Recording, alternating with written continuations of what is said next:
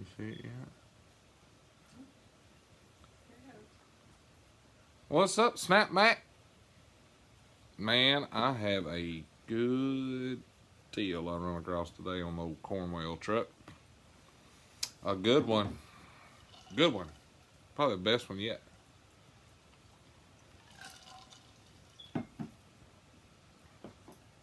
Like, it's so good, I had to share it with you guys.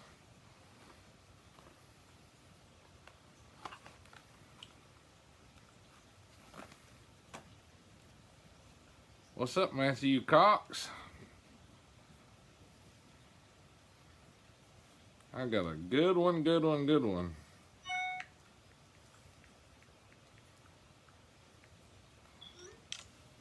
Bill.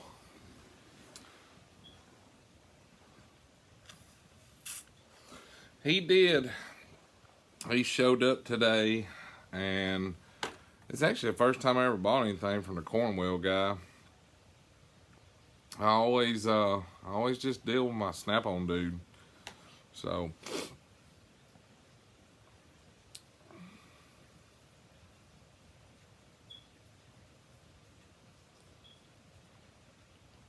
what's up, Swindle?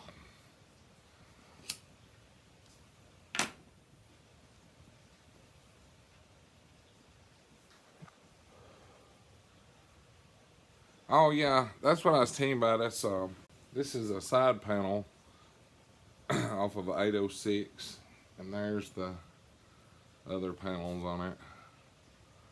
I got some old international stuff on each side.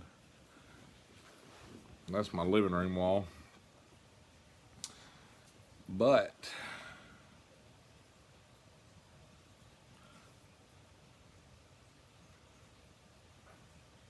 what's up, Junior Little? Phil, I never call myself, so I screw my own phone number up all the time too. Don't feel bad. Good deal, Ben. Good deal.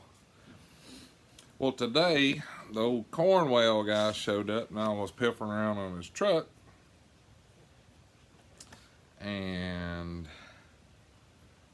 bam. That's what I got today. They're the pinless swivels. $65 for the quarter, 3/8 and half inch. So I was tickled over that.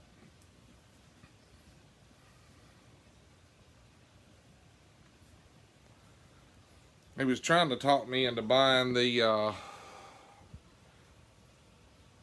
the pinless are great, man. I done broke the hell out of the ones with the pins in them. I done destroyed several of those. But he was talking to me today, and I talked to Bobby a little bit because Bobby knows a lot about Milwaukee stuff. So I was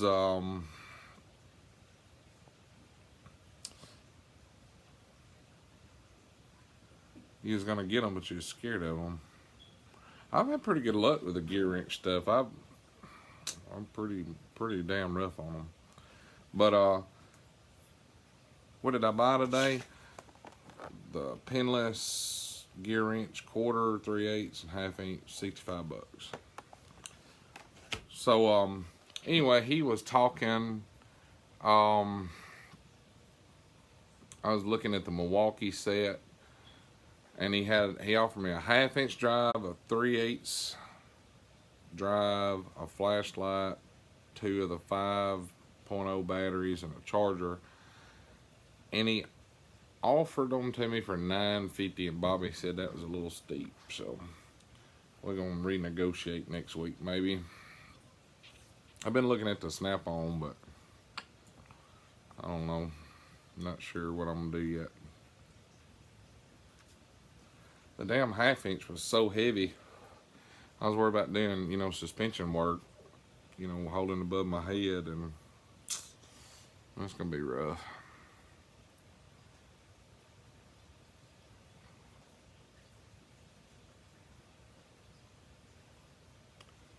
Yeah, Bobby's the reason why I was looking at that gun,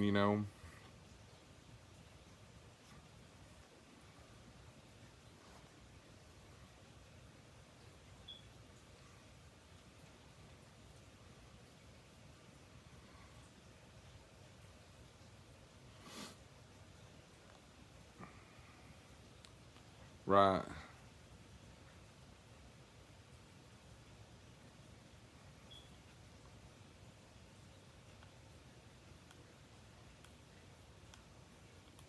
Yeah, I looked at the 18 volt. I actually could have bought an 18-volt snap-on half-inch drive for 250 bucks. The guy had it for sale. Had two batteries and a charger. And I picked it up, messed with it for a little bit, and I wasn't really impressed with it, so I didn't even buy it for 250, and that was a steal. I probably could have got that back trade on a truck. But I looked at those gear wrench. I looked them up on eBay while I was on the truck, and they was like 55 bucks. He was wanting 65. I thought, man, that ain't $10.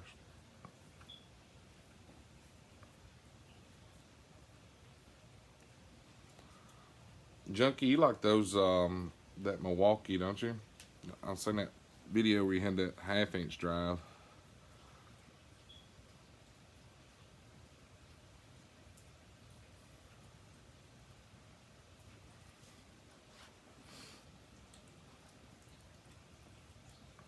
Yeah, I know, Matthew. I want the 14.4 snap-on, but I hardly ever do I use a 3/8. I don't really even have that many 3/8 sockets.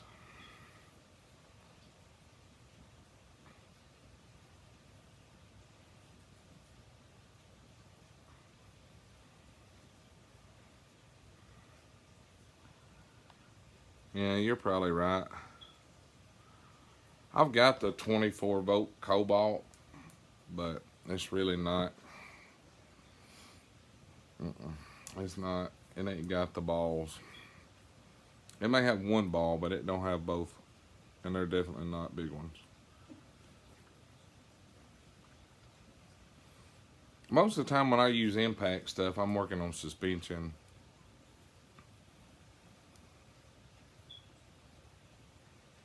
I believe that, Bobby. I really like the. Yeah, Kent Locos, I'm the same way. You better have to pull a damn socket off with a pair of pliers. That damn hog ring's so tight on that Cobalt.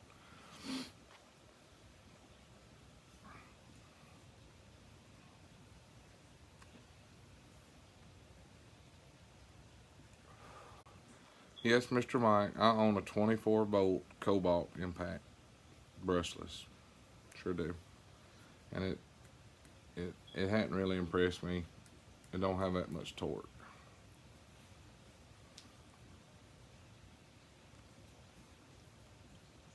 Yes, Mike, I can read. It is a 24-volt Cobalt brushless. I bought it at Lowe's. I bought two batteries and the charger when I bought it. I actually got it in one of my videos.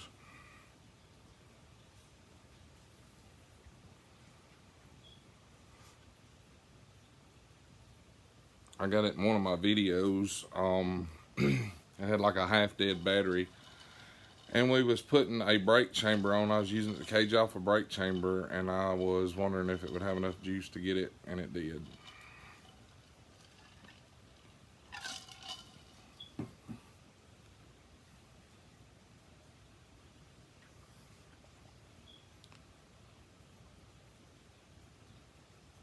It just didn't have the balls that I was wanting it to have when I bought it.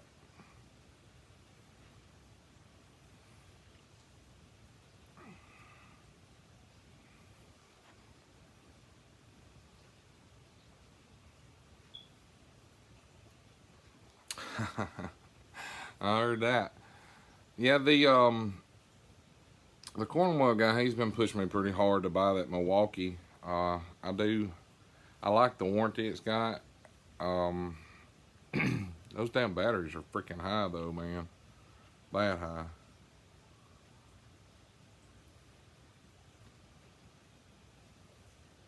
Yeah, on engines, I can see, Matthew. Man, I'm still, I like that air.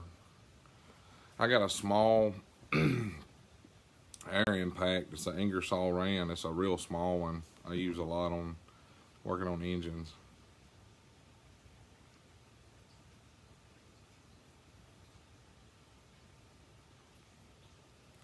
What's up, SGT? Where you been, man? Like, You just disappeared. I seen like the compressor blow up video and gone. Y'all guys must be busy.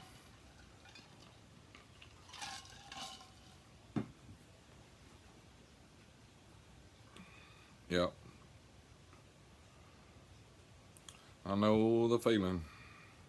It's fixing to get bad around the shop too. Batteries and them cold water leaks will be popping up everywhere. Show him love if he wants to see me again. Yeah, man, I can show them to you. They're pretty nice. Shall we hold this? I'll take them out of the pack. I'll open them up so you can see them because they're pretty sweet. My Cornwell guy gets pissed off at me because I go to checking eBay every time he comes in there, looking at how bad he's gonna rip me off. I tell him all the time he's trying to rip me off. But you can see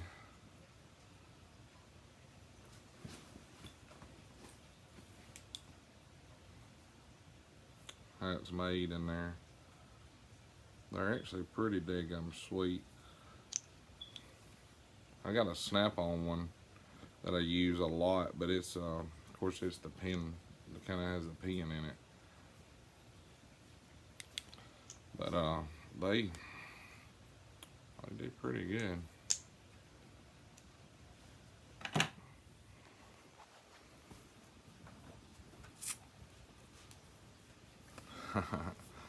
Yeah, I've been pretty impressed with some of the gear wrench stuff. I bought a few things gear wrench and I like it pretty well. I actually had a warranty of Blue Point ratcheting wrench. It was a 7/16. It was Bill's. I broke it, and I used the gear wrench, and I didn't care, if I broke it or not. So I took a hammer and hit it to break the bolt loose, and it held up. So I was impressed with it.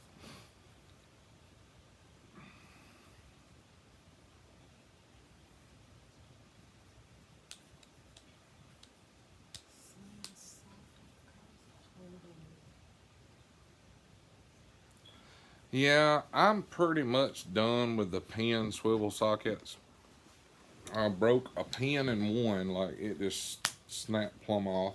And then I had another one that the pin actually like come unriveted it and it backed out. And that fucked up some shit too, because it was in a pretty tight spot. You know how those plastic fender wells are? Yeah, buddy, that fucked up some shit. So I'm pretty much done with them. That'll be some catfish weights or something.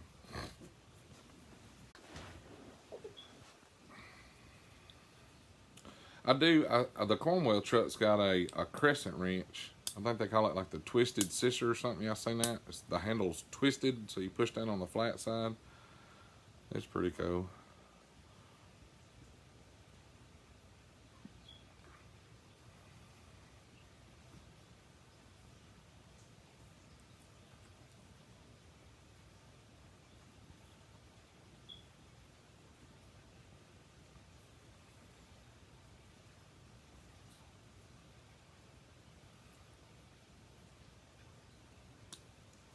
She's actually got a DeWalt that she uses. She's got a screwdriver, the little, they call it an impact, but whatever, 1/4-inch impact driver, and the drill, and a skill saw and a reciprocating saw on her set. So she got a pretty good set of DeWalts.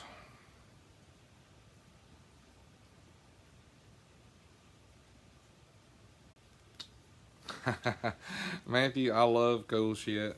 It's hanging everywhere. What's up, Ford truck guy?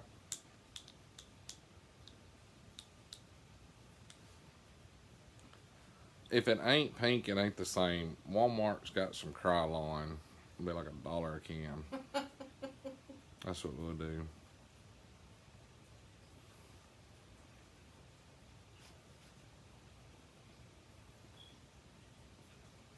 I'm waiting on, I got her those pliers that time. I drug my feet. The Snap-on guy had a pink set on the truck. I drug my feet. Because she works at the bank. She's a branch manager at the bank. So when, I guess, lock boxes get fucked up or whatever, she's having to take a screwdriver and pliers or whatever she can come up with and try to replace all the cylinders and stuff. So anyway, I drug my feet. I didn't buy the pink ones. The guys showed up next week and I was going to buy them, and of course they was already gone. So I bought her the green handle ones thinking it does them good, and she looked at them. She's like, I think I'd like the pink ones better. So I give them back to my guy, and we're having to wait like another 2 weeks for them to come in. And I also ordered her a pink set of screwdrivers too, so she'd have a nice set of screwdrivers to use at work.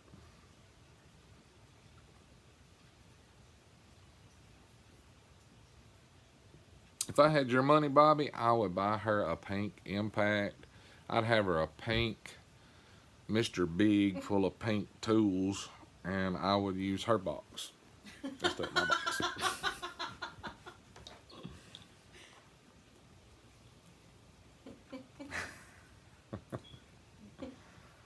I'm gonna have to buy that 14 for her. Everybody is talking about it. Like, I'm gonna have to buy it.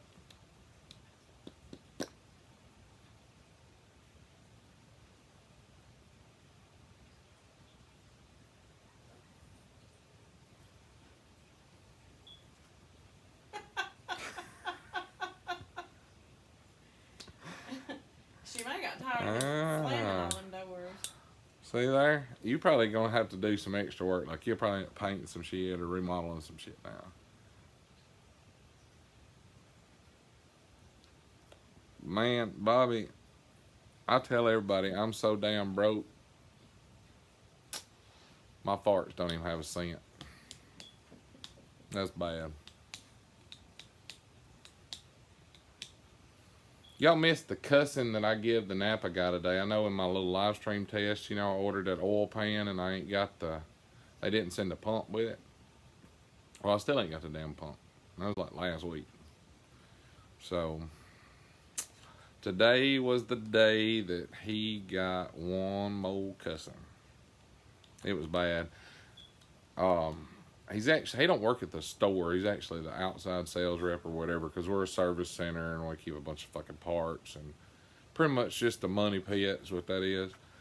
So anyway, he come by today. I said, man, I'm proud you're here. He's like, what's that? I said, I need to figure out what I bought from y'all this year, and that way I can call Truck Pro and they can match, my price quote where I can get a little better discount, because I'm done fucking with Napa. He's like, why? And I said, well, dude, last week I waited 3 hours on a set of wiper blades, and then I waited like 4 hours for y'all to bring me a set of left-handed drill bits that was sitting on the shelf, and then I ordered the oil pump,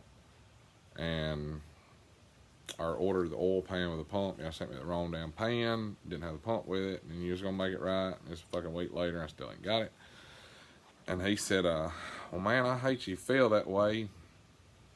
I'll see what I can do to make it right. I said, well, I want one of them banners, those big shop banners that y'all give to people. He said, which one do you want? I said, I want the one that just says Napa. He said, well, I can make that happen. That's not a problem. I'll make that happen. I said, yep. And when I get it, I'm going to take one of those big king size Sharpies and on, Napa, N-A-P-A. No auto parts available. He didn't find that as funny as I did.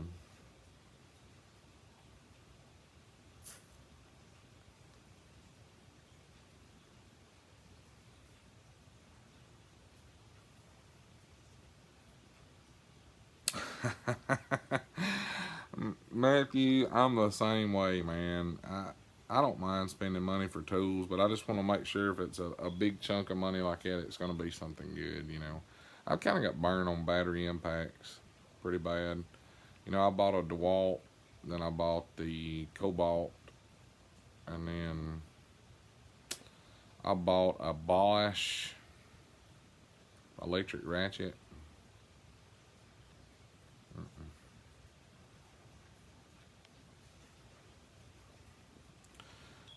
Wow, 24 hours. So they order everything too, huh?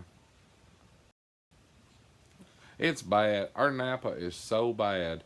When I was building my parts room, y'all know I love some mobile Delvac, right? So I ordered 50 cases of mobile Delvac, and I knew I had some customers that use Rotella and some that use Shell. So I thought, well, I'll get, like 40 gallons of each one to keep on hand, and that should be all right. So I called them, and like Rotella, I think comes 3 to a jug, and Delo comes 4 to a jug, I believe's right. So anyway, I ordered as close to 40 gallons as I could make it work with whatever the hell they had in the boxes. So they shipped my 50 cases the next day. I got them. So I built my shelves the right height where I could stack, 2 boxes high. Well, I still ain't got my Rotella or my Delo. So, like 3 days later, I'm calling them because I'm ready to finish my damn shelving because that's all I like. And they're like, oh yeah, we're going to have to order it. What fucking Napa don't have Rotella? And I explained to the guys, well, I don't have to have all 40 gallons. Send me 1 case of each where I'll know how to measure out my shelves and all that. Nope. 4 days later. So now when you look at my shelves where my Rotella and Delo go, I have like a big ass fucking gap between the top of the second box and the bottom of the shelf. And my mobile has got like a 1/2 inch clearance. So thank you, Napa. Looks like I can't read a fucking tape measure.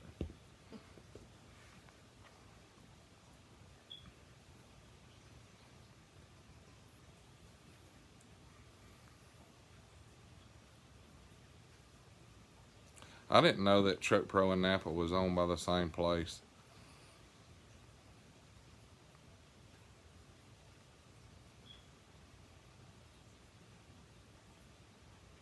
And then, you know what he told me? I was bitching at him because they never have anything in stock. Like, this is bad. This is no shit. They'll send people from Napa to my shop that needs an airbag, leveling valve, shit like that. And I've done called them like 3 times and said, look, I'm not in the part selling business. I'll install the parts on a truck because there's really not that, it's not worth my time for a $5 markup on a part. So anyway, they keep doing it, and the guy's like, well, you keep everything in stock. I'm like, I'm not a fucking parts store. That's your job. It's not Coon Parts, they get on my fucking nerves. I wish there was like a real parts store.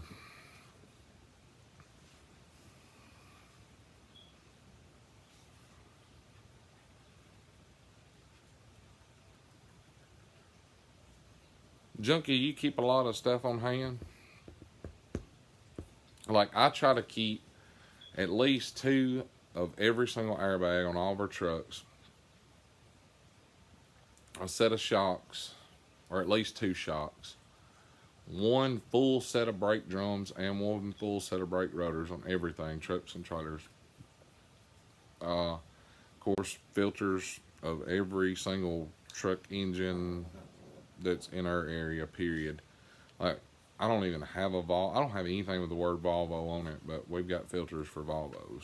So, some more common stuff. Leveling valves. I got any configuration of a leveling valve, and we've probably got more airline fittings than Napa has.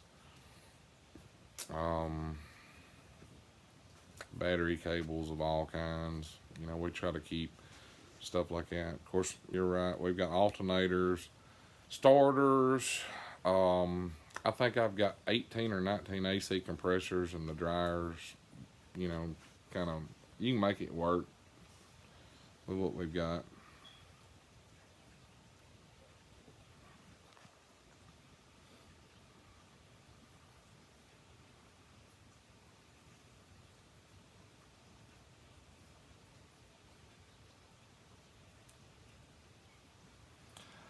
Does my trucks ever go to the shop or no? If we can limp them back to my shop, because if you ain't never been to an MHC, you ain't never been screwed. Like, People think they've been screwed a lot. I know some guys have some glory days in high school. Take your truck to MHC. They will shove it up in there so damn far. It's unreal.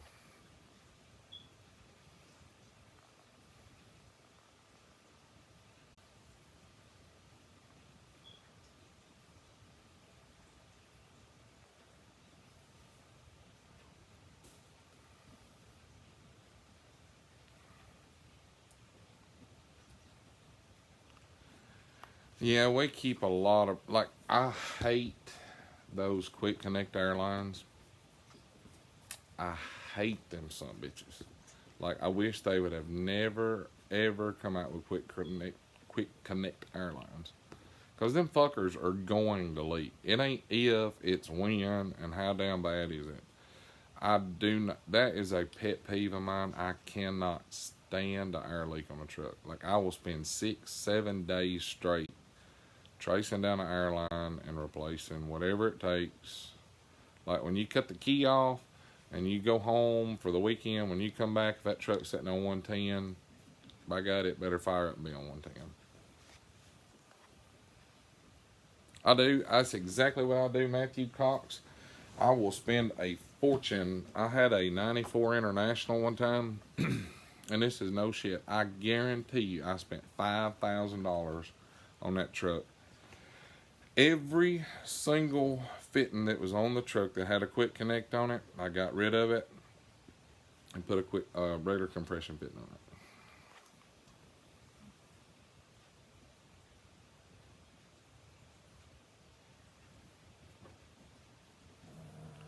Oh, junkie, I promise you it can be done. You may have to start from the firewall and go all the way to the back, but it'll be done.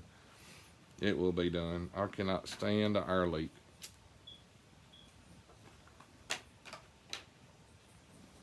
It sucks, and it sucks bad, but I'd have to fix them.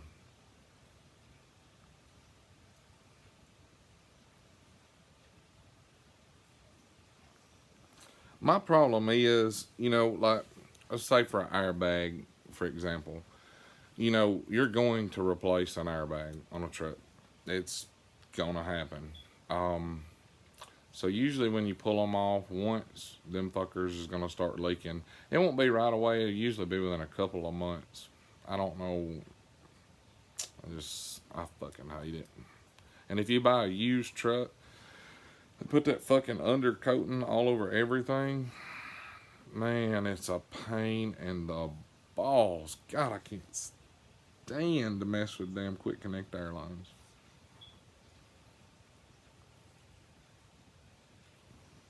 What's up, beer stud?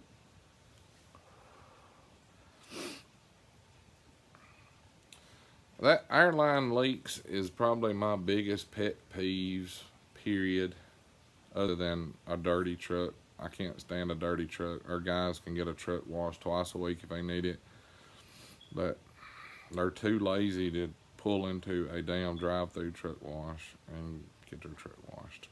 I can't stand it.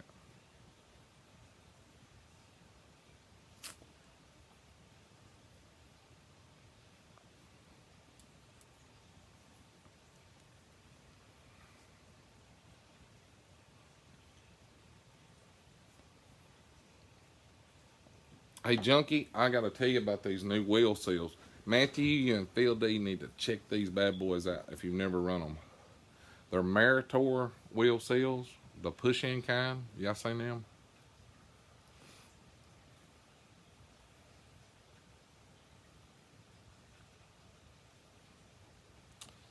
Those Meritor push-in seals are the greatest damn wheel seals they have ever come out with.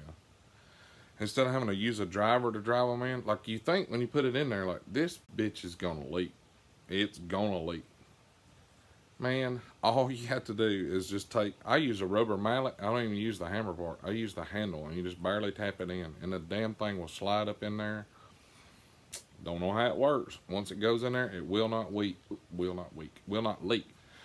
If you use those Meritor seals and you're running Meritor brake shoes, it don't matter if it gets down to a 1/16 of an inch on the brake pads. If your wheel seals leak and ruin your pads, they replace both free of charge. That's awesome, awesome deal, and they're cheap too. I get them through my parts guy. They're about 21 bucks, so well worth the money.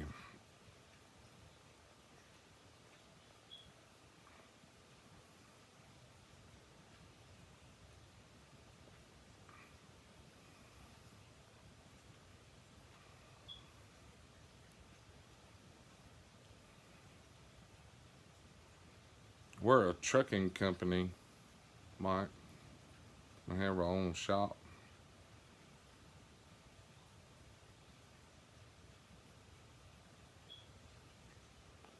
Man, Junkie, I promise you, they are awesome, dude. I mean, awesome. They're the easiest wheel seals you'll ever put in your life. They're really, really, really good. And I like the warranty. I mean, if the damn things leak, they'll replace your seals and pads or shoes. Man, that is awesome, awesome, awesome. Matthew, you done many disc brakes yet on big trucks? We got a couple of ours that's got disc brakes on them. We put a set of disc brakes on today, both sides. Take a guess how long.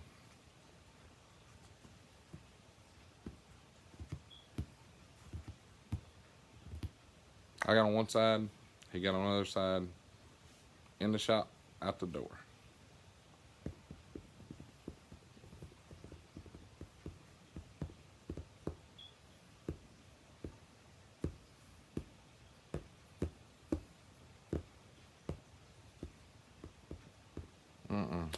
He got on one side and I got on the other. From the time we pulled it in the door, jacked it up, of course we had 2 jacks, so I mean, technically we was cheating, I guess. But in the door, out the door, 20 minutes. I wished I put on disc brake pads all day long. That's all I did, Monday through Friday, 8 a.m. to 5 p.m.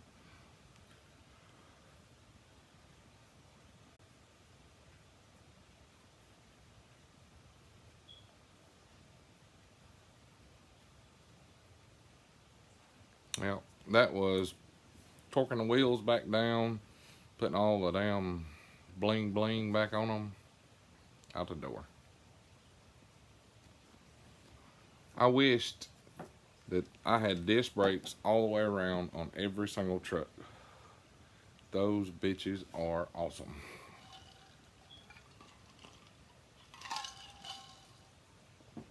And cheap.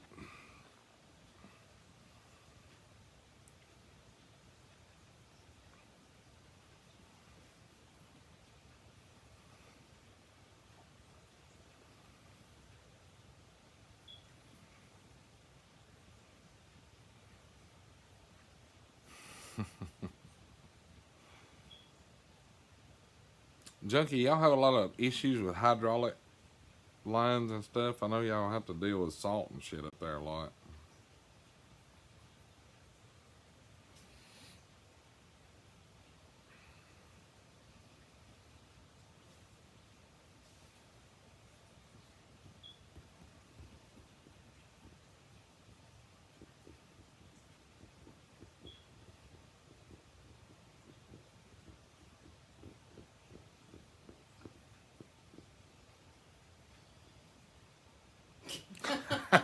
I hope not, Junkie. I hope not. I just figured with the hydraulic lines you'd have some issues with salt. Cause the salt sucks. God, I hate salt.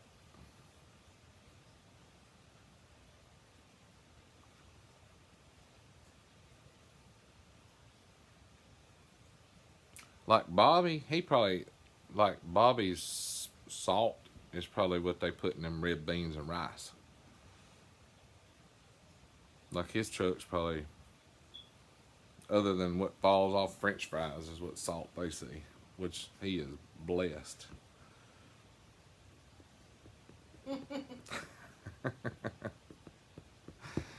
Well, like when my trucks run up north, what we do is when they come in, we've got a sprinkler system. We'll set it up under the truck and rinse it out. Of course, as soon as they cross the Mason-Dixon line, they're automatically go to a blue beacon and have an undercarriage wash too. When we get back to the shop, we go underneath them.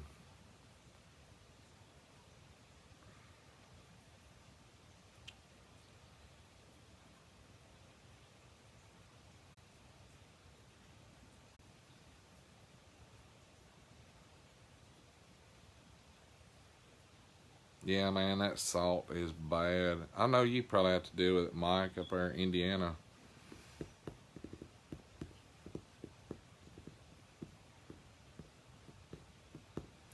Yeah, you're lucky, Bobby. Like, I can show you a 16 model truck that run Ohio and back twice a week. Now, keep in mind, as soon as the truck comes back down south, like when they get back into Tennessee, usually around Knoxville, they're hitting the truck wash, and they get an undercarriage. The truck goes back through Memphis, reloads, and goes right back to Ohio, fights it again, back to Knoxville, truck wash, undercarriage wash, weekends, washed out underneath. A sprinkler. I need to do a video one day, like put my camera on the floor and drive that truck through the shop so you can see under it, and then show you a truck that's run from Memphis to Atlanta, Georgia, or Memphis to Dallas, Texas, and back its whole life. It will blow your mind. It's a 16 model. Everything's corroded. And then it's a 13 model that the aluminum underneath the truck, as far as like the floor of the sleeper, still shiny. Like the other truck was so bad, the roller on the bottom of the brake pedal in that truck had rusted off.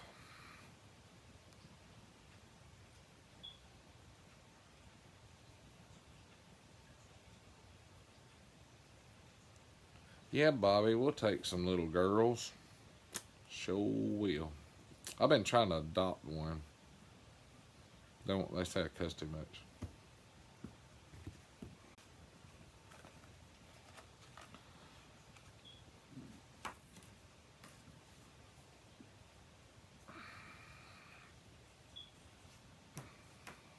Junkie, definitely try next time you have a wheel seal.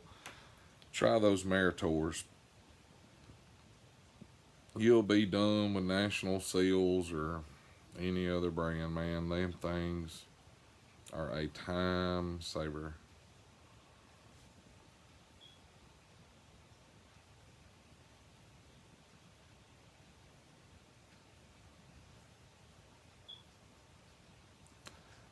I don't know if you can get them through Truck Pro Junkie. I know this is crazy, but I buy a ton of parts through Mac and Volvo because I can get them cheaper. Like my cost on XI batteries through the Mac salesman, and we don't even own a Mac or a Volvo, but my cost on the batteries are $55 and some change. If I buy them through Napa, it's $99, and we do about $30,000 worth a month with Napa. So anyway, that's who I get them from. I know Napa carries them, but they're usually a little bit higher. I think they're like $6 a seal higher at Napa than when I get them through my guy. But if you got a Volvo guy up there, go get that outside salesman to run by your shop. They've got, I'll tell you something else that they got that's really good. I need to show them in one of my videos. We just started using them.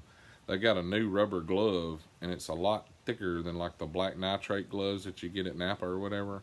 And they've got like little grippies. Hey, let's give them daddy kisses. They got black. I mean, not black. They got like they're orange. They got like little grippers on them, and they are well worth the money. Those are some really good rubber gloves. We buy brake cleaner because they are the cheapest anywhere on 3M brake cleaner.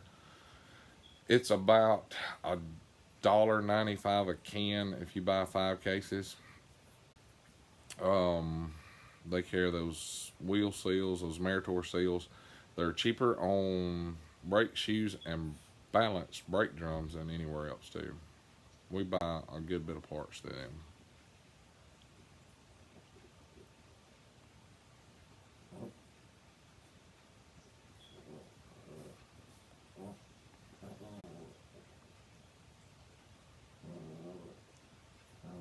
I think that's what brand these are, Matthew. I think it's Glove Works. I believe you're right. They got like little. It ain't like knobs on them. It's sort of like, I guess the texture they're made, sort of a rough texture.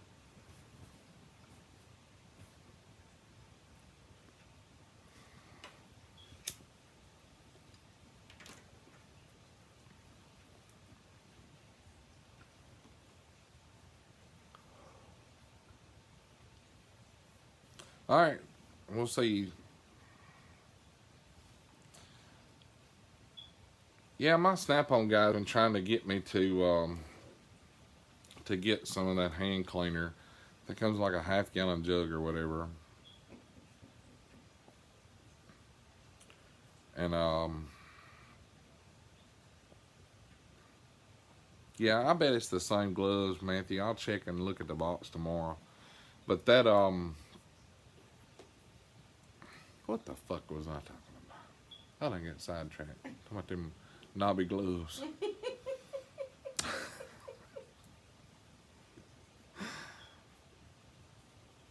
Oh, the Snap-on hand cleaner. Yeah, the place we get our uniforms through is UniFirst, and we got a contract with them, and they refill our soap dispensers and our hand cleaner and all that crap. But they supply us with that Gojo Max Cherry. I think that's what it's called. They brought us some green this time, and I told the UniFirst guy, so if you bring that stinking shit back in here again, I'm canceling the contract. If you don't have cherry, don't leave me nothing at all.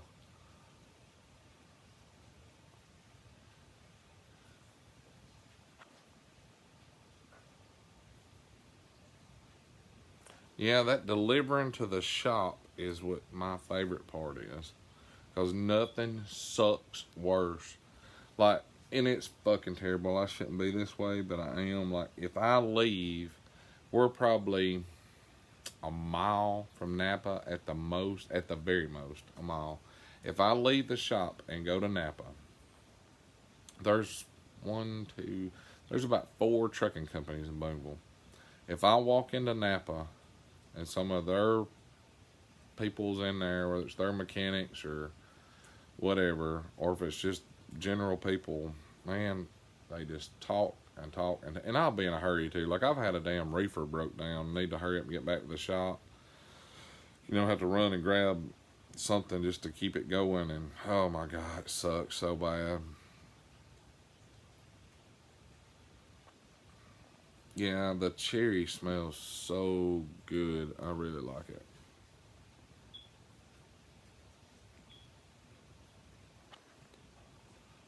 Is that the kind? It's got like crushed walnut shells in it.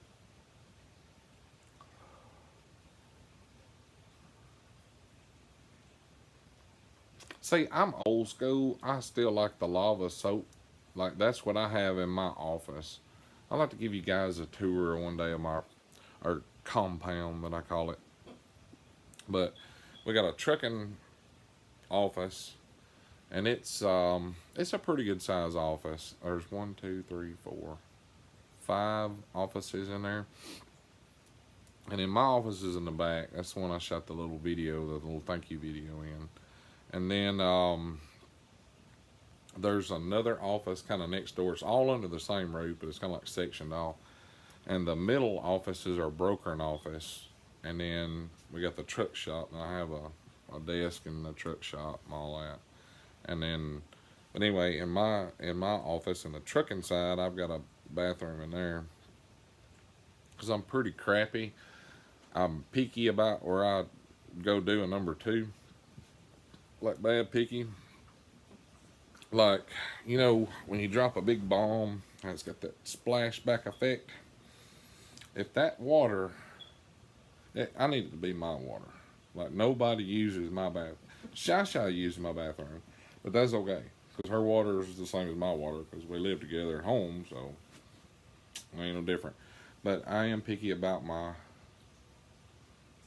number two spot, so that's probably the only reason why I have an office at the trucking in the trucking side, because it's got a private bathroom in it. Nobody uses it, but I use the lava soap. That's what I keep in there. I like old lava.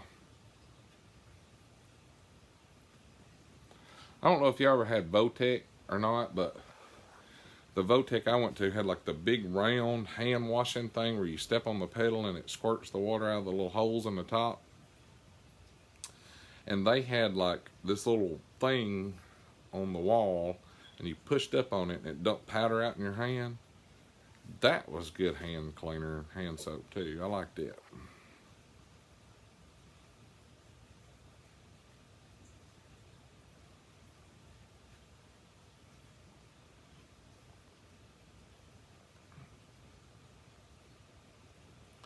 Yeah, the kind with crushed walnut shells. I had a buddy of mine that had a truck shop south of town, and I went down there a couple of times with him, and he had some of that with the crushed walnuts in it. That was some nice hand cleaner. I don't know where he got it or what brand it was. But I wish I could figure out what kind of that powdered shit was that we had at Votec. Man, that stuff right there worked good. I don't know if it had like damn borax in it or what, but it would eat grease alive. And then they had like the regular hand soap, which was the pink kind. You know, it kind of sucked. They got the same kind at Joe's Crab Shack. I mean, y'all eat at Joe's Crab Shack. Reminds me of Votec.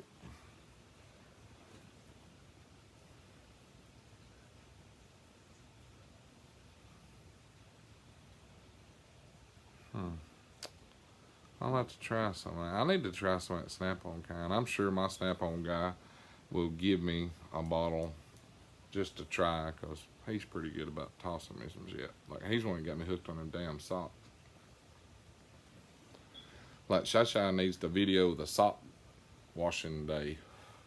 Like, we got a whole day dedicated to Snap-on sock washing. We can build a pyramid out of them.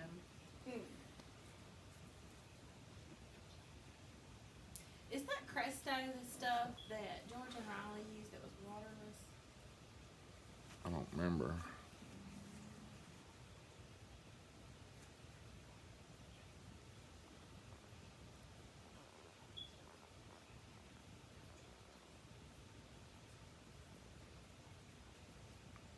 Yeah, I got a buddy of mine. They've got a service truck. They got a kick-ass service truck too. Like, this bitch is bad to the bone, son. Like, you can pull up to a reefer unit. Pull up to a reefer unit. It's got a deck on the front you can walk up to, and you can walk out on the deck to work on a reefer. And in the back, it's got a lift gate, so you don't have to pick those heavy-ass tires and shit up. I mean, it's a sweet-ass service truck. It's nice. Instead of climbing up in the bed to crank your compressor and all that crap, you can flip down the door and it's got a little box in there, and it's got the choke and the throttle and the key switch for the compressor. I mean, it's sweet. It's got a pull out. I think it's a 75-foot air hose on it. It's nice. Real nice.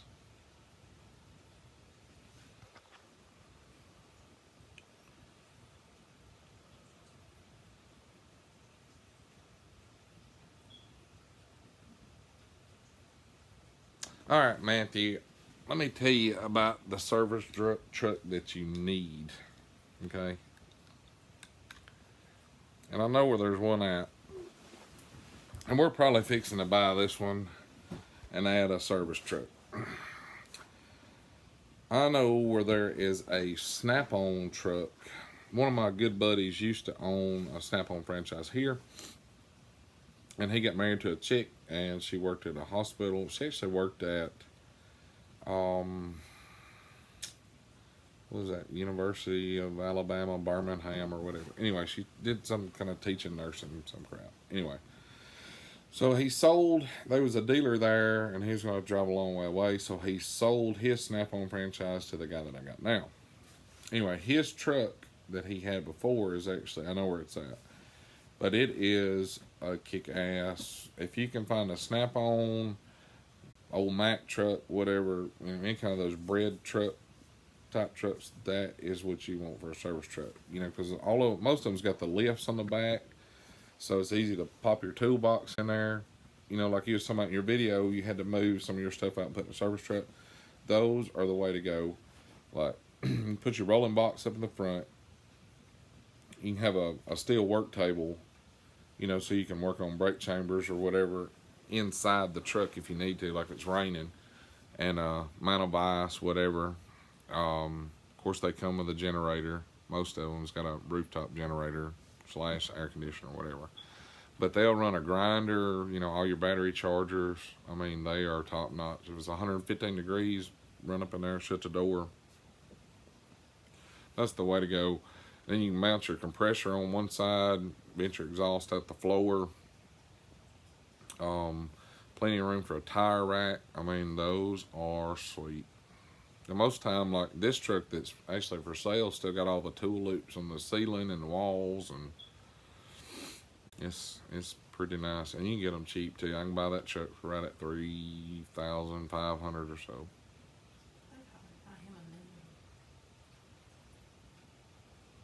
If you can find you something like that, they're the way to go. Like a Penske truck. And you ain't gotta worry about people breaking into it as bad either. You do like some of them have security alarm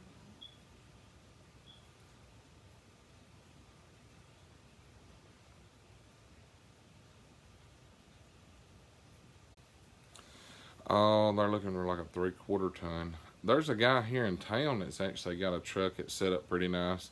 It's kind of like the AT&T beds, but at the back you can let the tailgate down, and it's got the big tray that slides out. That's a pretty sweet gig. So it's like a 4-inch drawer, or maybe a 6-inch. The whole length of the bed from back to front, and the whole thing pulls out.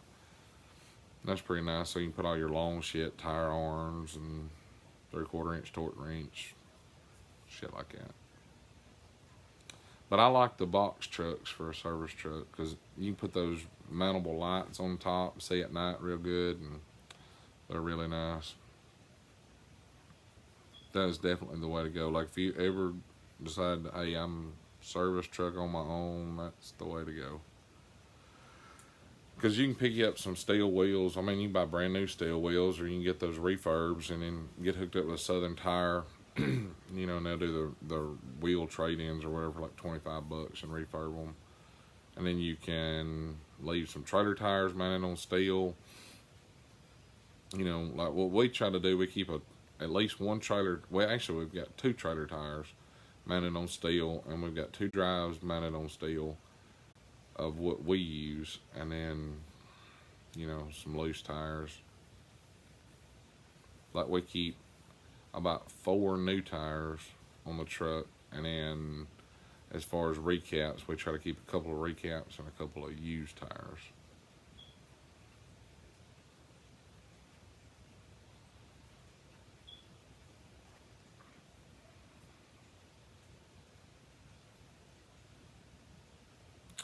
That's right, and I like it because you don't have to, like, you know, it would be like you guys would be even benefit more than what we do, because, you know, whoever's the service truck guy, that's his baby. You know, like you take it home, you go to eat lunch, you go eat breakfast, whatever. I mean, it's your truck Monday through Friday or Saturday, Sunday, whatever. You know, that's what you work out of. If you're at the shop working, you work out of your service truck. Let me show you how that works, J-Maw. There you go.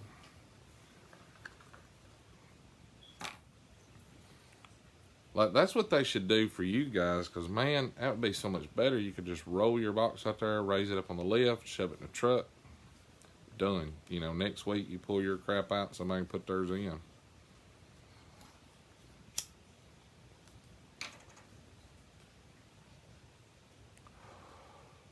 Is that what you want to do, Matthews? Field service?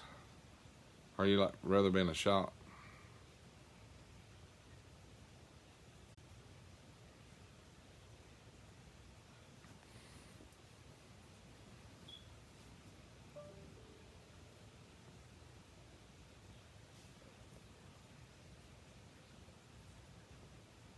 I think it would be nice to go and work out all the time. That way you really don't have nobody, you don't have Big Brother staring over your shoulder. You have to be somebody with a drive, though. Yeah, To make money. Shy's right. You have to have a self drive. Like I have an issue of when I leave the shop and have to go do something else, whether it's been a brokering office or in a trucking office. When I come back, this is what most of my guys are doing. They want to walk in. You know that drives me insane. Bad. Like if you're not motivated to work, yeah, it's kind of frustrating. Cause I have to get motivated Friday when I write your ass a fucking paycheck. So.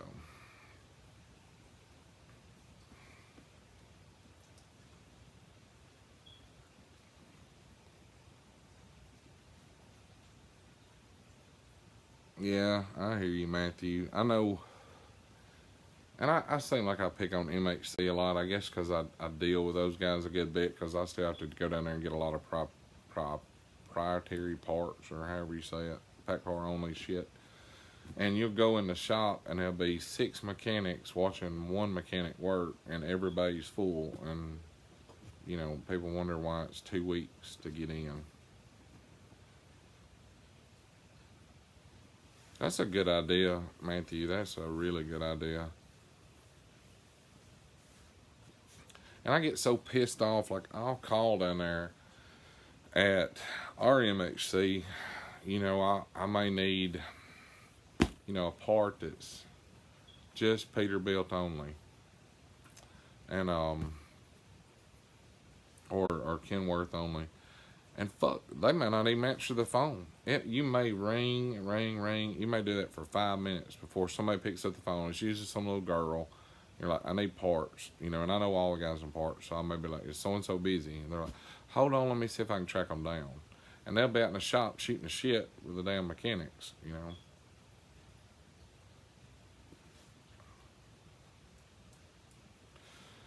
But I don't know if I told you guys this or not, but I did get I got one not mechanic, I got the service manager fired from MHC in Tupelo. So he charged me for a part and some labor that was under warranty. And it rocked around, and we paid for it. And I did some digging around and found out he charged us and charged it under warranty. So that shit went over like a turd in a punch bowl.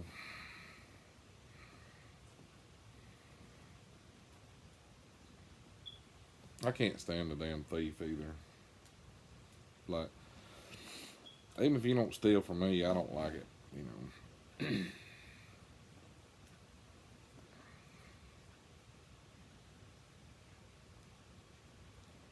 And you'd be surprised how much shit will walk off. Like, especially out of a parts room. Some mechanic will have a buddy that's got a truck and needs a set of brakes, and that shit will just, nobody know where it's at.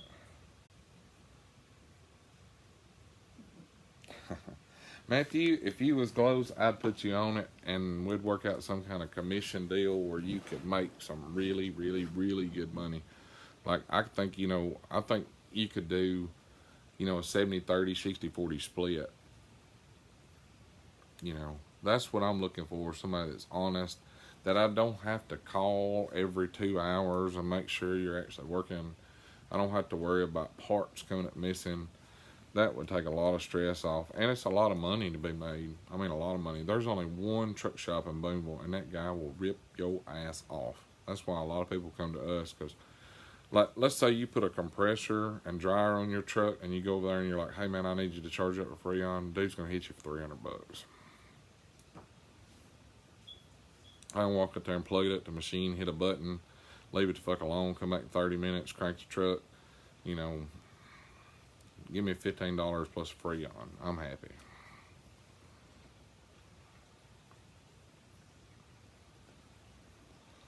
Oh yeah, we've had some issues in the brokering office that we had to clear up this week, so We definitely have some openings now.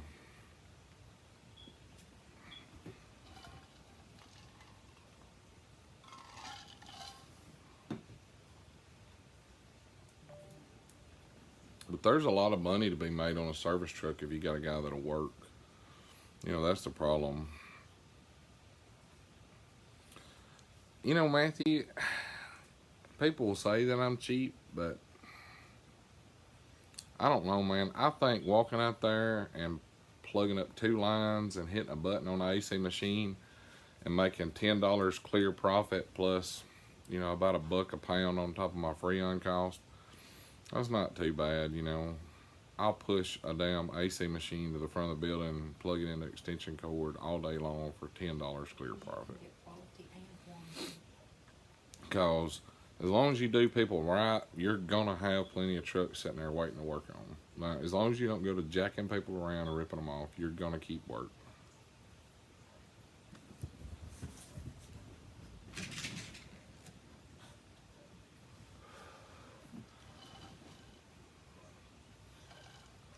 I like AC work too. That's one of my favorite things.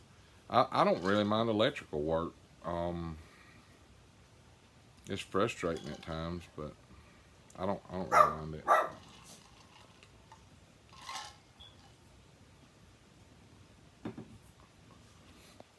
But I believe in if you treat people right, you don't overcharge them. Like our markup is shit on parts. Like I can sell you parts cheaper than you can go to Napa and buy them. Like we'll have owner operators come to the shop. We do a $5 per axle, $5 per axle brake adjustment. And the reason why we do that is because one, it's $5. It takes you 10 seconds to adjust the brakes. And then when they're out of adjustment or whatever, you know, it's going to save somebody a ticket. And then 2, they know that we're honest with them. And 3, 99.9% of the time, we'll get a brake job out of it. And brakes is gravy, easy money. We do a 10% markup on our parts. So, like, when I buy my oil filters, for example, I get them on that filter sale. So it's a $7 my cost filter. List price will be like $21. We make 70 cents on that filter. And then we just pretty much got a flat rate on all of our service work as far as oil changes go. I make $1 a gallon markup on my oil, and then I'll do a 10% markup on the parts, which is still way cheaper than most people can buy them for. And then we usually do about a half an hour labor on just the oil change and the greasing of the truck. And then if you want us to do your brakes, $5 per axle. So it's about $150 cheaper than you can get it done in a Speedco. But we'll have owner operators, you know, just pop in at the shop and they'll, man, I need some air filters. You know, and we'll pop an air filter in there, $5 labor, gone. Most of them pay cash, so that's sweet.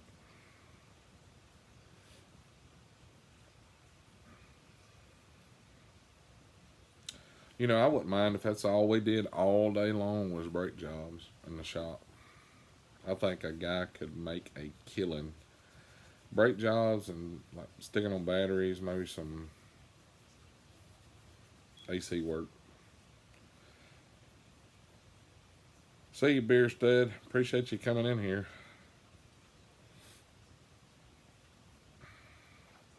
You know, the time consuming stuff like overheads, you know, turbo work, stuff like that, that's what, you know, it'll tie up a bay and, you know, you're not really going to make as much. I call it, you know, kind of cash flow deal.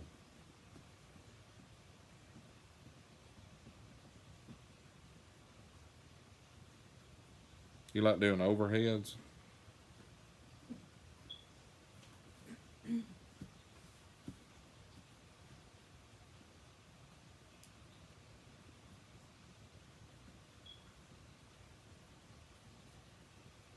So that $3.99 for, the length of time it does the overhead, if you applied that same amount of time toward brake jobs, you'd make a whole lot more money.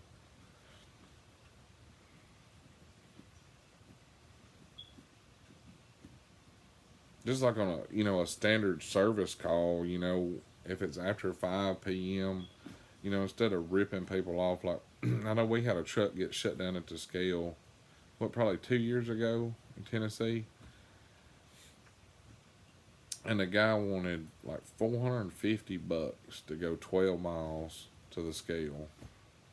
Just the service call. I'm like, really? $450?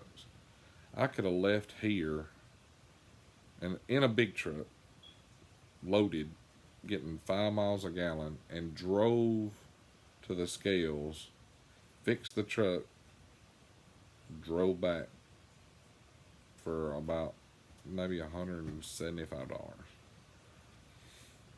I don't believe in that either.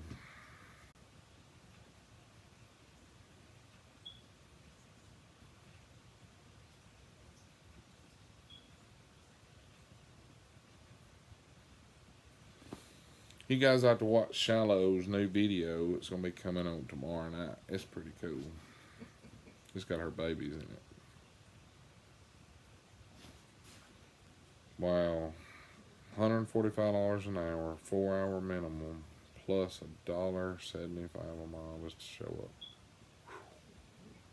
And how much of that do you get by running the service truck?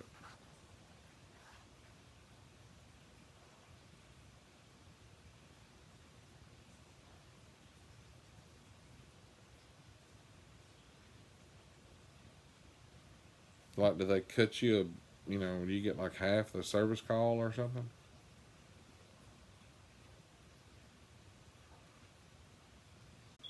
Just the hourly wage, nothing extra? Like no call out bonus or call out pay or none of that crap?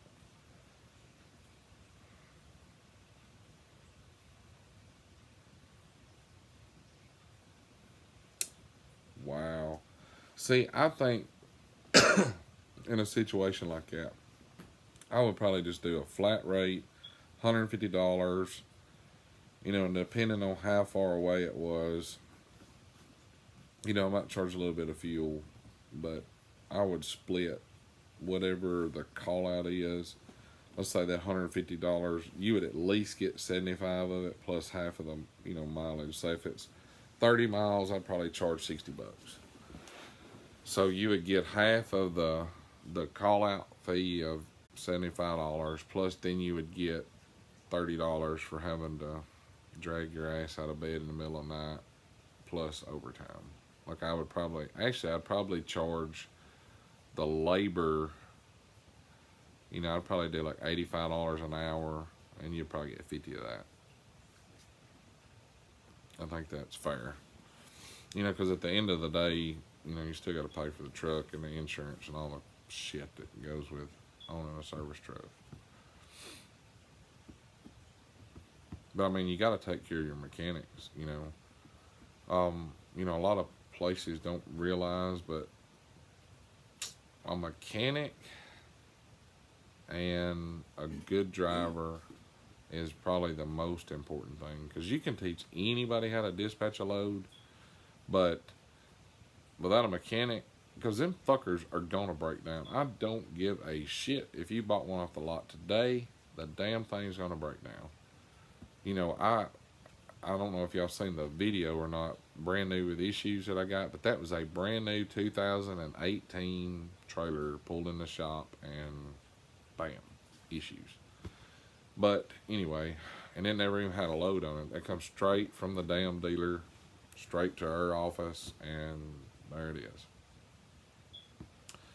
But you got to take care of your mechanics first. You got to take care of your drivers.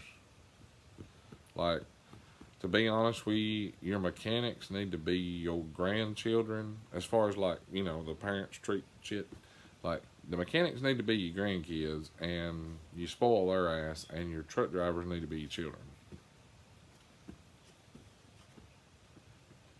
Because a good mechanic is worth his weight in gold. It really is.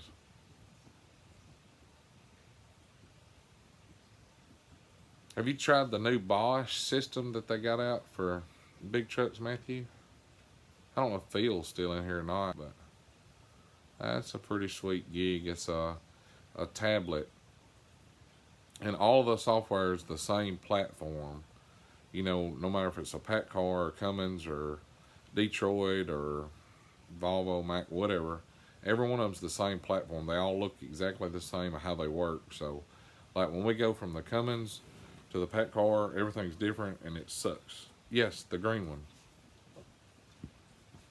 It's got the Bluetooth thing, so you don't have to be tethered to the wire. Hey, will you get me another one of these? That damn thing is nice. I mean, it is nice. They come and demoed it, and it was like $4,800, I believe. And then I don't know. You got them,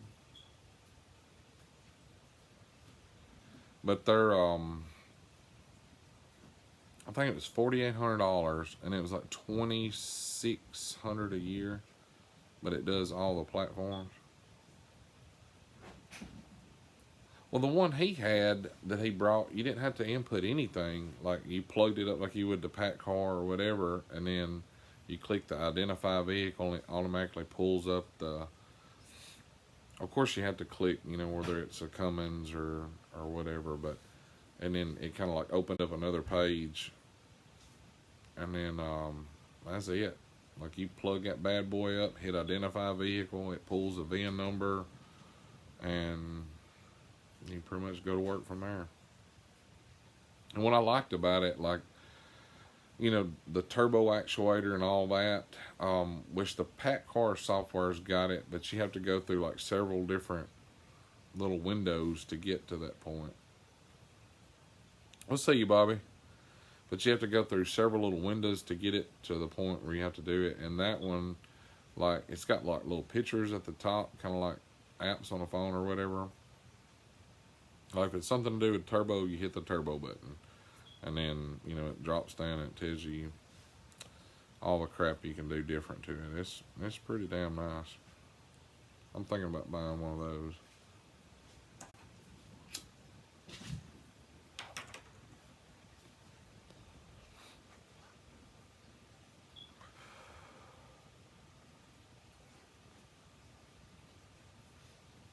Yeah, Matthew, we got to get together sometime, man, and maybe meet up in Memphis or something. I gotta meet you. I think it'll be fun.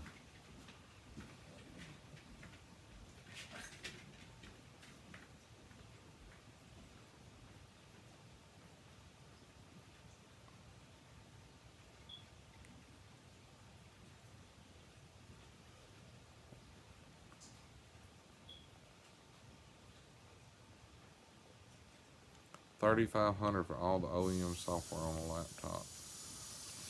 That's pretty good. I know these guys that are doing these deletes now, they're getting some kind of program, and it's on a jump drive. And it's pretty cool the way it works. Like, they do all the stuff to the truck first, and they hook up to the ECM, and it's like the perfect running truck setup, you know, that's programmed into that thing.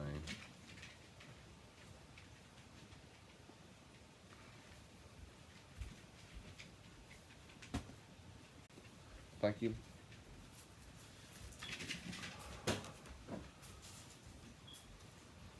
Do y'all ever run across many deleted trucks coming in the shop?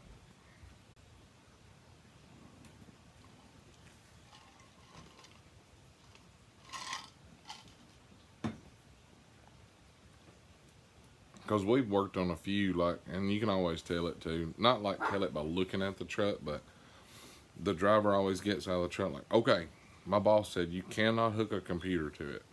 Like, do not plug up to it for any reason, and do not flash the whole truck. Don't do anything to the truck. Okay. You know, you're in here for a wheel seal or a damn tail light wiring issue. So I'm pretty sure we're not gonna flash anything.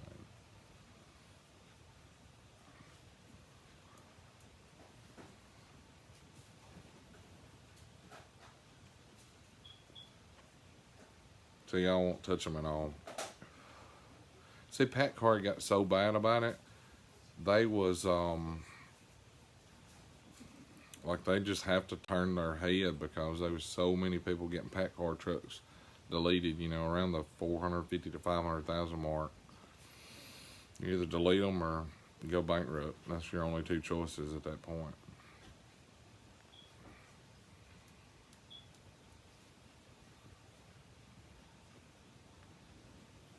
I figured y'all would probably turn a blind eye to it. The EPA, yeah. Which we really don't dig into it or ask. You know, it's always that same old thing. Like, do not plug up to that truck for any reason at all, and do not flash anything on the truck. Like, don't even get your computer close to it. That's the ones that's usually deleted. Which, I mean, you can't tell. You know, there's still no black smoke. If you listen to the engine real close, you know, you don't hear that EGR, I call it gasping sound. That's about the only giveaway, but you really got to know what you're looking for because they're getting really good at doing these deletes now. Like, really good at them.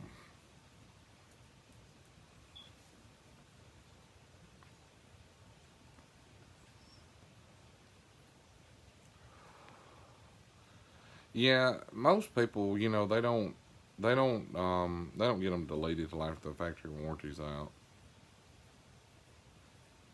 It's all the whole entire thing, the DEF and the EGR delete, Mike. Like, there's no emissions at all on it. It's just like 3406 CAT or something like that, or 60 series Detroit. I mean, it's straight iron diesel, in and out all the way. I know one guy that's got some done, and they're getting like 9 miles a gallon consistently, and I don't know. I think it would be a risk, you know, as far as a trucking company standpoint goes, because if they get caught with them, somebody's paying a fine.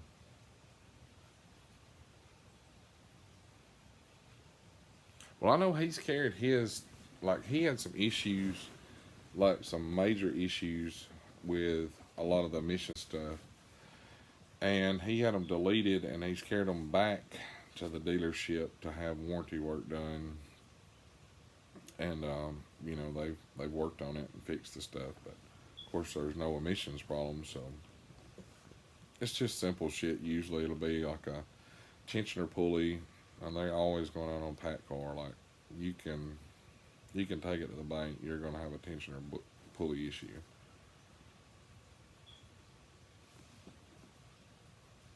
Oh yeah.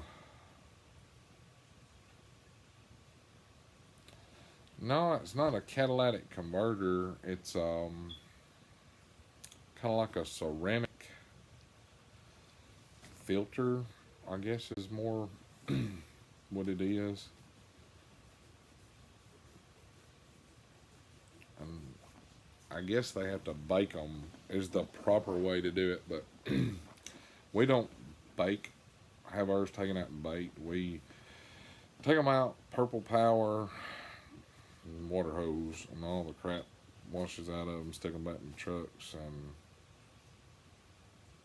reset the computer, and you're good to go for another year. Everybody says you have to bake them, but I don't know. I decided to try it that way, and it worked, and we hadn't had any issues. So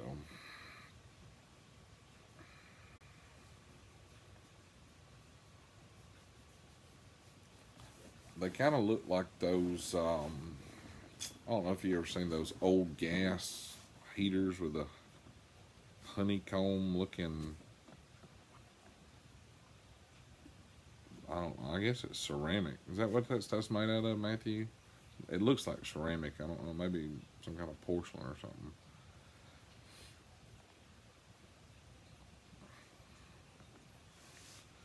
I I know when they first come out with them, they were saying you had to have to take them out and have to bake them in some kind of cleaner or some shit. I don't know. We always purple power and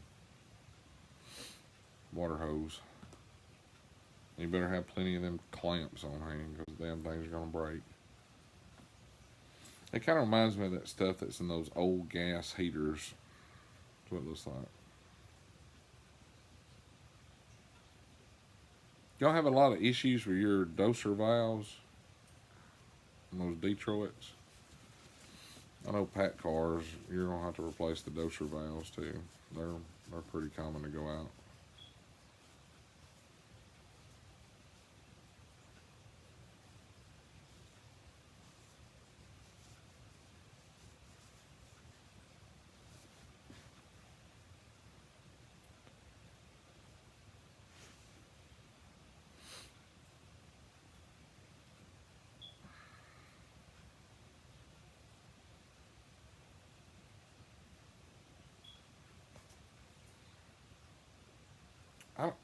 Pat cars are pretty damn good though. I can't really complain. That you're gonna have a little bit of issues with the doser valve.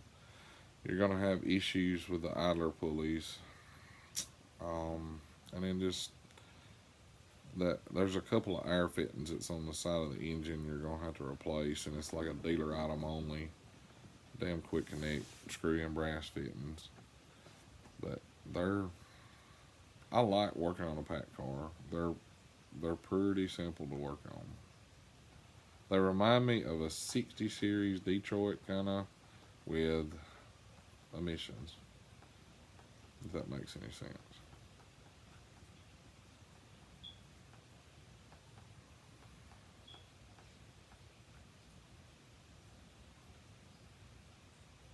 Yeah, that's the same exact thing that's with the Pat car. It's just trucks idling, which we put APUs on ours, and that solved a lot of. We put a 15-minute idle limit on it, and then APUs.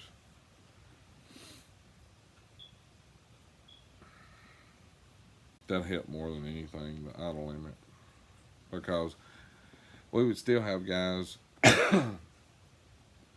Hey, Mrs. B, we would still have guys idle the truck even though they had an APU on there. So why you do that, I don't know. So we started putting idle limits on there, and that fixed it.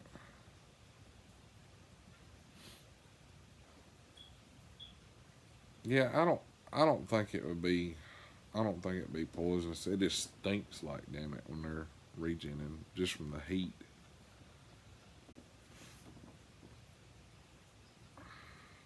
Especially one that's the DP or the filters are like when it gets to the point where the truck makes you do a manual regen.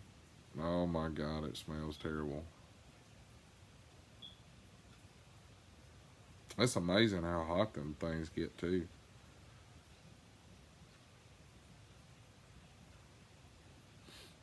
Like I'm gonna try to shoot one of those the next time I catch one regenning. I want to see what the actual external temperature of that housing is, but it's massive, massive, massively hot.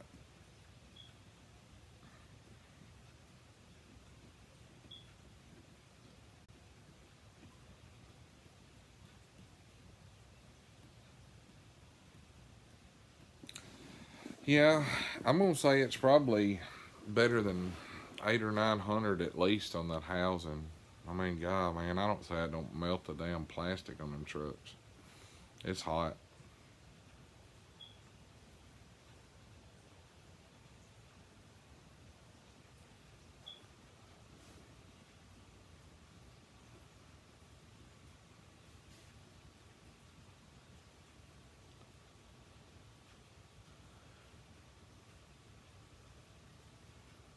They'll regen going down the road most of the time on an automatic, and then sometimes the truck will ask you to do a part regen.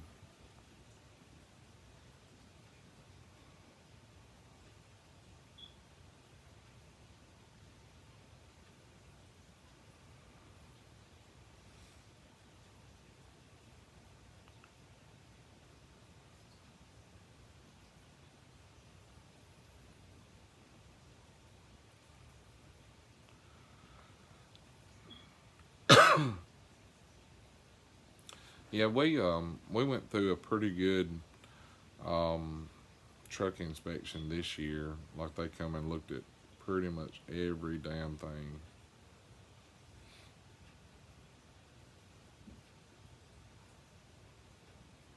We hadn't never really they hadn't really hassled us much about the you know the DEF stuff though. You know they just wanted to look through our maintenance records, and of course we do a ticket on every truck just like it's a customer truck. And we turn it back in on the truck inside and it goes in a maintenance file. So,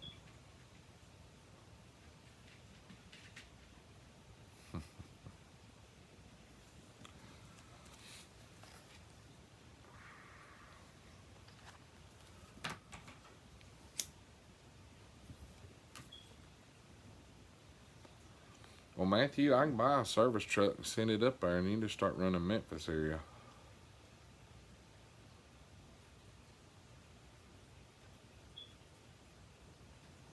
That'd be good. We can just start branching out up there. You know, we got the service contract on those Stoughton trailers, so you never know. There's probably more of them in Memphis than there are around here.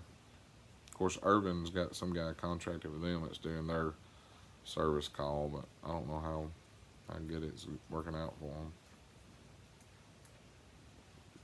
They pay good too.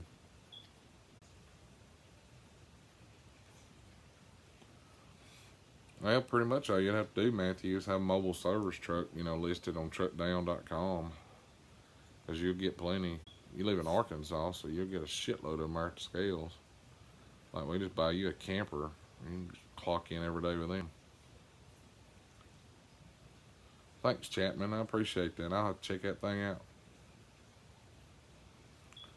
We could get you a camper and some satellite TV, and you could just sit there at the scales in West Memphis and just wait on them.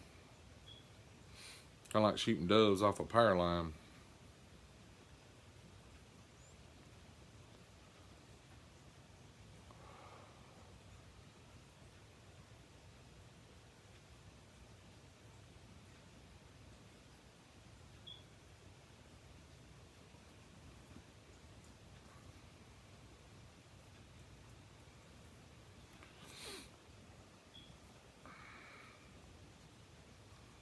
You'll take a lot of business from the petrol and shit too up there.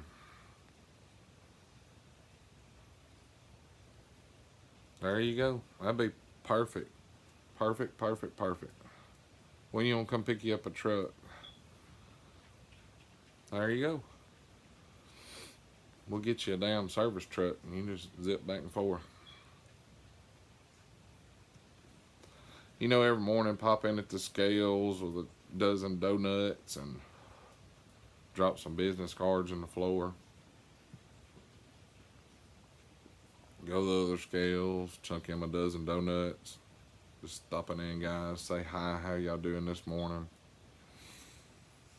Just want to let y'all know I'm working. I'm on duty today, patrolling for you guys.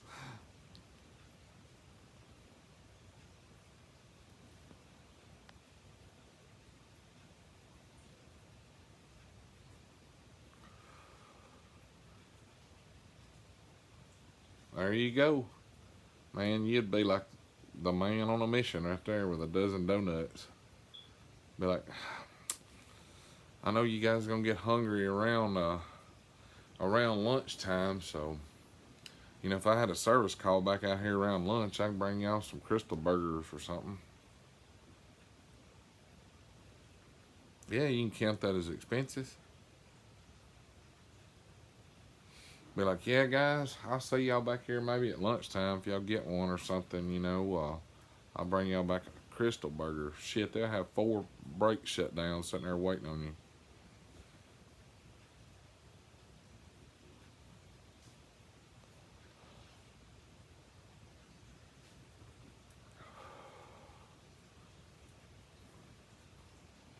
That's a good, we can go in business together, Matthew. Be your own boss, run your own truck. Make sure we get you a good lift gate, that way you ain't gonna pick nothing up. Just rolling brake drums right on there.